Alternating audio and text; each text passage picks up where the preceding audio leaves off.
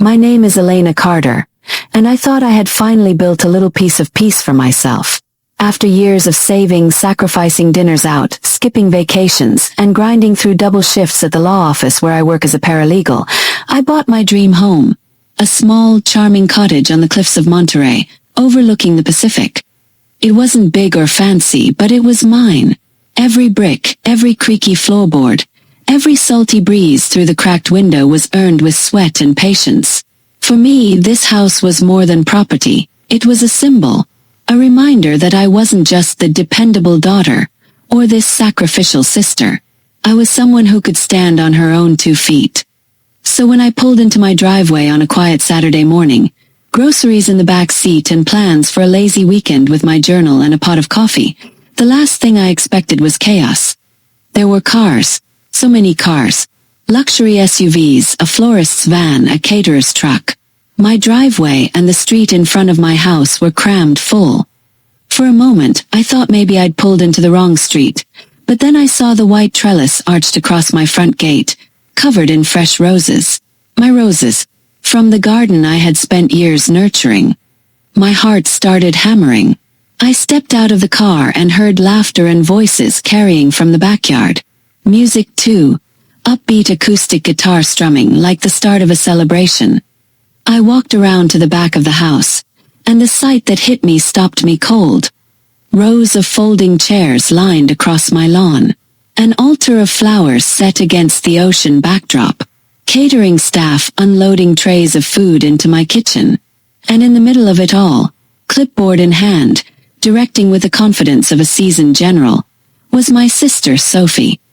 Her golden hair caught the sun like it always did, and she wore that bossy smile she had perfected since childhood.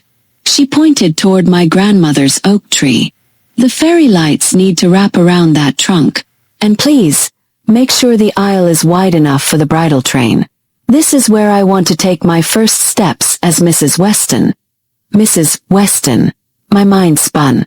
Sophie had been dating Daniel Weston, a wealthy real estate agent, for less than a year. I hadn't even heard about an engagement. And yet here she was planning a wedding, in my backyard. I stood there frozen, my grocery bag slipping from my hand, oranges rolling across the stone path. Sophie turned and saw me. For just a second, I thought I caught a flash of panic on her face. But then she broke into a dazzling smile. Elena. Perfect timing. You have to see the seating chart. We're still debating whether to put Aunt Karen near the dance floor or the bar. I blinked. My throat was dry. What is happening here? Oh, come on, she said, dismissing me with a flick of her hand. Didn't Mom tell you? The wedding's next weekend.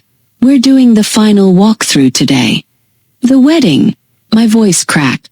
Here. At my house. Before Sophie could answer, a woman in a black blazer strode over, smiling warmly as if I were just another event staff. You must be Elena. I'm Lydia, the wedding planner. Your generosity is inspiring. Most sisters wouldn't dream of gifting such a stunning venue. I felt my stomach churn. Gifting? What are you talking about? Oh, Sophie said you'd offered the house months ago. Honestly, it's one of the most beautiful private locations I've ever worked with. Just perfect for 200 guests. 200, I stammered. The planner smiled and walked away to instruct the florists. My eyes fell on a table stacked with elegant envelopes. Curiosity clawed at me. Picked one up. The invitation read, "You are joyfully invited to celebrate the union of Sophie Carter and Daniel Weston at the Carter family coastal estate." The Carter family coastal estate. My jaw clenched so hard it hurt. My name was nowhere. My ownership erased with a few careless words. Memories surged. The years I spent as the dependable one, the peacemaker, the girl who quietly gave up what she wanted so others could shine. When I bought this house, I had thought maybe, just maybe, they would finally see me as my own person. Not Sophie's shadow. But here it was happening again. My sacrifices taken for granted. My sanctuary turned into Sophie's stage. I turned back to her, my voice trembling with anger. "You're having your wedding here, without even asking me." She had the audacity to laugh. Elena, don't be dramatic. It's family. What's yours is mine. Besides, Daniel's family loves the ocean view. You're not even using the place most weekends. Could hardly breathe. That's not the point. This is my home. Not the family's. Not yours. Mine. Her smile faltered, and for a split second, guilt flickered across her face. But it was gone in an instant. Elena, don't be difficult.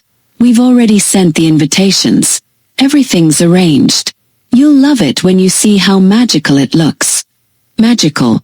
That word rang in my ears as I stood on the lawn I had mowed, the porch I had painted, the house I had built a life inside. My sanctuary was gone. And Sophie didn't even see it as theft, just entitlement. Something inside me cracked, then hardened. My fingers curled into fists. I wanted to scream, to rip down the chairs, to throw the catering staff out. But instead, I felt a strange calm wash over me. I met her eyes. Enjoy the rehearsal, Sophie. She frowned. Where are you going? We need your help with the table settings. I turned away, walked past the stunned caterers and florists, and got back into my car. My chest burned, my hands shook, but my mind had never been clearer. As I drove away, leaving Sophie's frantic voice behind me, only one thought pulsed in my head. For once in my life, I wasn't going to be the doormat. I wasn't going to let them take what I bled for. This time, I would fight back. And Sophie's perfect little wedding, I was going to make sure it never happened. I don't remember much about the drive back to my apartment. The world outside was a blur of trees, traffic lights, and ocean cliffs, but inside my car, one phrase echoed again and again. What's yours is mine. Sophie's words, smug and dismissive, cut deeper than any insult. When I stepped into my apartment, I didn't bother turning on the lights. I dropped my keys on the counter and collapsed onto the couch, staring at the ceiling. My phone buzzed non-stop. Calls from Sophie, Mom, even Dad. Each notification only twisted the knife further. I ignored them all. Finally, one message came through that I couldn't ignore. It was from Daniel, Sophie's fiancé. Daniel, Elena, I'm sorry. I didn't realize she hadn't asked you. I told her we should talk to you first, but she insisted you'd be thrilled. Please don't hate me for this. It wasn't my idea. I read it 3 times, my jaw clenched. A part of me almost wanted to feel sympathy. At least he had the decency to acknowledge the wrong. But another part of me raged. He still went along with it. He still let her spin this web of lies. I put my phone face down and whispered to myself, enough. The next morning I woke up with a headache from lack of sleep. My laptop sat open on the coffee table, where I had fallen asleep researching property rights. I rubbed my eyes and scrolled through the tabs I'd left open. Trespassing laws, California. Property misuse. Liability of unauthorized events. Each article I read only sharpened my anger into something new. Resolve. This wasn't just about a wedding. This was about respect, about ownership, about finally drawing a line that my family couldn't bulldoze through. But still the guilt crept in. I could hear Mom's voice in my head. We're family, Elena. Family makes sacrifices. Don't be so selfish. And Sophie's whine. Why can't you just be happy for me? I slammed my laptop shut, shaking my head. No more, I whispered. At lunch that day, my coworker and friend, Maya, noticed my distraction. You've barely touched your food, she said, pushing her salad aside. What's going on? I hesitated, but then the words tumbled out. I told her everything, about the surprise setup, the invitations, the entitlement. By the time I finished, her mouth was hanging open. Are you kidding me? They planned a wedding at your house without permission. Elena, that's insane. I know, I said softly.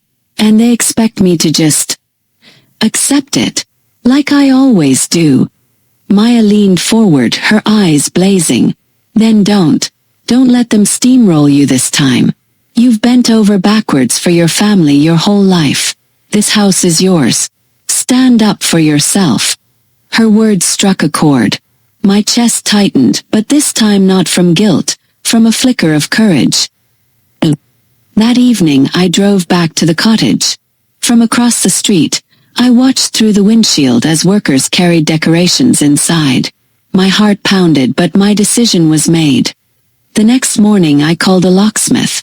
By noon the locks were changed.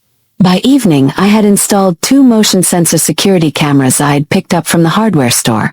For the first time in days, I felt a rush of control return to me. Then I sat down at my desk, opened my laptop, and drafted an email to my family. Subject: Beach House Access. Body: effective immediately. The property at 12 Cliffside Lane is not to be used without my explicit permission. Locks have been changed for security purposes. Please respect this boundary. Lena. I read it 3 times before hitting send.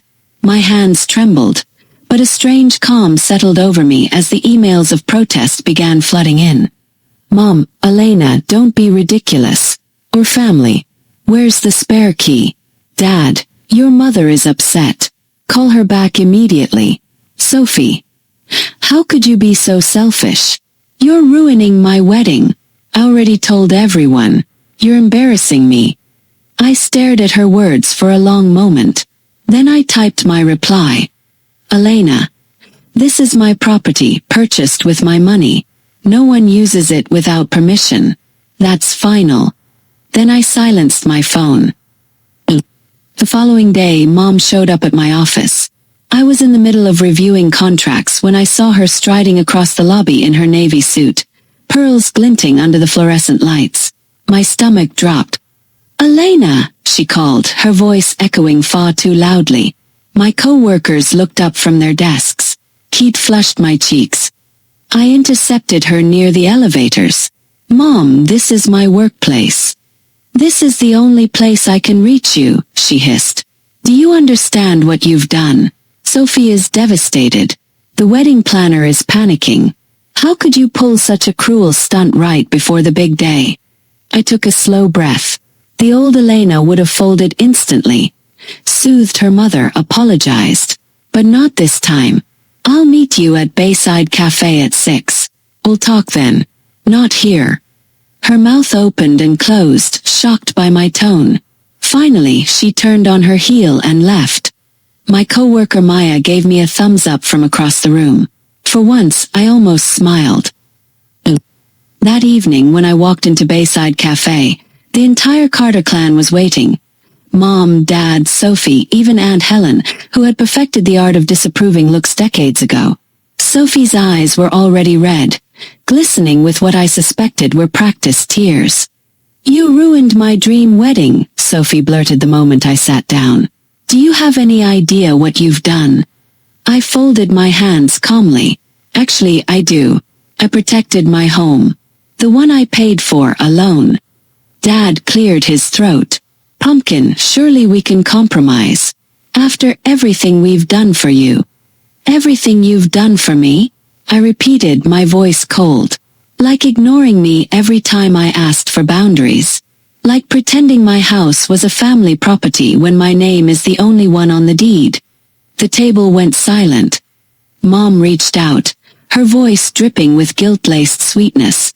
Elena, family's share. Don't let bitterness ruin Sophie's happiness. Your grandfather would be ashamed. Ah, the nuclear option, Grandpa, the man whose approval they used like a weapon. I leaned back, meeting each of their gazes. Then maybe Grandpa should have taught you what respect means. Aunt Helen clutched her pearls. Sophie's tears turned to rage. You're vile. You're jealous. You've always been jealous of me. I smiled faintly. Not jealous, Sophie. Just done. I slid a folder across the table. Inside was a signed agreement. Proof that I had already rented the house to a local travel company for the next 3 weekends, including hers. The house is legally booked, I said. Your wedding will not happen there. Sophie's mouth fell open. Mom sputtered. Dad stared in disbelief. For the first time in years, I felt taller than all of them. As I stood to leave, Sophie's voice cracked behind me. You'll regret this, Elena. I swear you'll regret it. I paused at the door, turned back and said quietly, "No, for once I won't." The days after our explosive cafe meeting were strangely quiet. My phone no longer buzzed with calls or messages. For the first time in months, the silence was mine. No guilt-laced demands, no emotional blackmail. Just peace. But beneath that calm, a storm brewed. I knew Sophie wasn't the type to accept defeat gracefully. She'd find a way to claw back control, even if it meant breaking every last shred of dignity. And I was right. On the Friday before her wedding, I drove down to the beach cottage to meet with the rental company. When I pulled up, a moving truck was parked outside. At first I panicked. Had the renters arrived early? But when I stepped inside, my stomach dropped. Flowers, silk drapes, towering white arch. Sophie. She stood in the living room, barking orders at two decorators while Daniel trailed behind, looking exhausted. When she saw me, her face twisted into a smile that wasn't really a smile. "Elena, you made it. Finally decided to be a supportive sister, huh?" I froze in the doorway, anger surging hot and sharp. "What the hell are you doing here?" I changed the locks. Her eyes gleamed with triumph. "Oh please. You think a little lock can stop me? Mom still had a spare key. You can't keep family out." I turned to Daniel, fury spilling into my voice. "And you're letting this happen?" He lifted his hands helplessly. "She said she cleared it with you." "Liar," I snapped. "She's lying and you know it." Sophie stepped closer, her perfume sickly sweet. "You're not going to ruin this for me, Elena. This wedding is happening here whether you like it or not. Try and stop me." Her words rang in the air like a challenge. For the first time in my life, I didn't feel small beneath her cruelty. It felt dangerous. The renters arrived the next morning, a young family from Seattle. The mother looked horrified when she saw the decorations still half standing. "I'm so sorry," I said quickly, ushering them in. "There's been some unauthorized activity. But I promise this place is yours for the weekend. Legally and fully." She frowned. "We don't want to get involved in some family feud." "You won't," I assured her. "In fact, I'm calling the police right now." My hands didn't shake this time as I dialed. Within minutes, a patrol car pulled up. Sophie stormed outside, veil in hand, shrieking about betrayal, family, and injustice. But the officers were unmoved. "This property belongs to Elena Carter," one officer said firmly. "And according to her rental agreement, she has legal tenants here for the weekend. You'll need to leave immediately." "You can't do this," Sophie screamed, her mascara streaking down her cheeks. "I sent invitations. I booked the photographer. People are coming." The officer gave her a flat look. "Then I suggest you tell them the wedding has been relocated." Daniel muttered something under his breath and dragged her toward their car. She fought him every step, but eventually, the sound of her outrage faded into the distance. I exhaled, shoulders trembling with the release of months, years, of pent-up anger. For the first time in forever I had won. Word spread quickly. Relatives called me heartless, cold, selfish. My mother didn't speak to me for weeks. My father wrote me a carefully worded email about rebuilding bridges. Sophie's social media exploded with half-truths, painting herself as the victim of my vindictiveness. But I didn't care. Because along with the hate came something else. Silence. Beautiful, liberating silence. My phone was no longer a leash, tugging me back into their chaos. The house remained mine, untainted by entitlement. One evening, as the sun dipped below the horizon, I sat on the cottage porch with a glass of wine. The sea breeze brushed my face, carrying the faint sound of waves crashing against the cliffs. That's when Daniel appeared. I hadn't seen him since the disastrous eviction. He stood at the gate, hands shoved in his pockets, looking both ashamed and relieved. "Can we talk?" he asked. I hesitated, then nodded. He sat across from me, the weight of unspoken words hanging between us. I wanted to apologize, he finally said. I should have stopped Sophie sooner. I should have respected you, but I didn't. And for that I'm sorry. His voice was raw, stripped of excuses. Why didn't you? I asked quietly. He sighed. Because Sophie, she steamrolls people. She makes you feel like if you don't go along, you're the problem. I thought I loved her. But this whole ordeal, it opened my eyes. I don't think I can marry someone who disrespects others so deeply. I studied him for a moment, searching for dishonesty, but all I saw was exhaustion. You're right, I said softly. You deserve better. So do you, he replied. The wedding, of course, didn't happen at my house. Sophie scrambled to book a last-minute venue, and though she managed a smaller ceremony, whispers of the fiasco clung to her like shadows. Guests murmured, neighbors gossiped, and for once, Sophie wasn't the golden child. She was the cautionary tale. Our relationship never recovered. Perhaps it was never meant to. Mom still tried to guilt me into reconciliation, but I held firm. Because this wasn't just about a wedding. It was about reclaiming myself. About breaking a cycle that had crushed me for too long. One night, months later, as I walked through the cottage, I stopped in the living room. The faint outline of where Sophie's arch had once stood was gone. The space was mine again, untouched, sacred. I whispered into the quiet, "This is my house, my life, my rules." The words didn't feel like defiance anymore. They felt like freedom. And for the first time I truly believed them.